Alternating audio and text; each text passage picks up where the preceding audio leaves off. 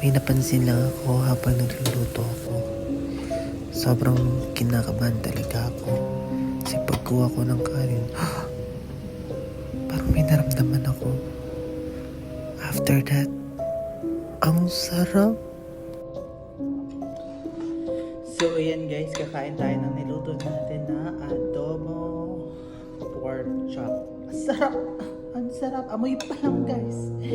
Naglalaway na ako, sobrang sarap!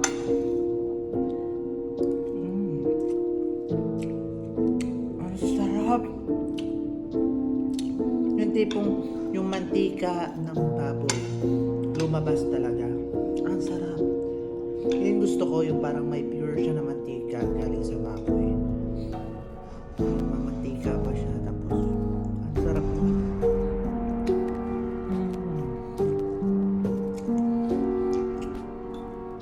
Masisira talagang diet mo guys. Sarap.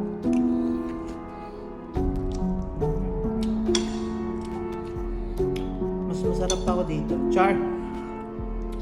Ang sarap sobra.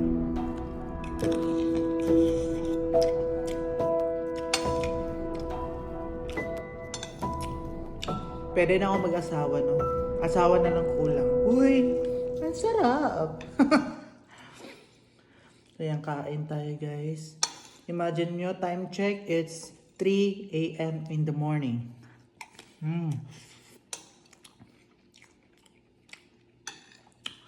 One meal a day lang naman ako, pero madaling araw.